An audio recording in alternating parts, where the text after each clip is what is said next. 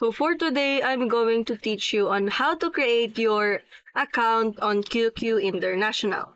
So first, you need to open a web browser based on your preference, but in my case, I'm going to use Google. And once you open your web browser, just simply use or utilize your search bar right here or at the top and search for QQ International. And once you've searched for it, just scroll down and you will see QQ registration. You just have to click on it and you will redirect to this page.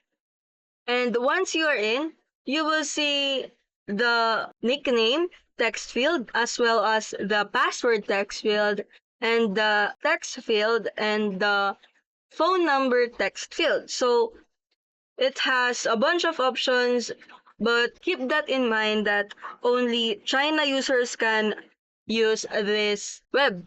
So here are the first numbers of the China, which is the plus 86 and on the Hong Kong as well as the Macau and Taiwan.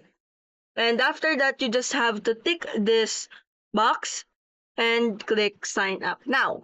And that's how you create an account on QQ International.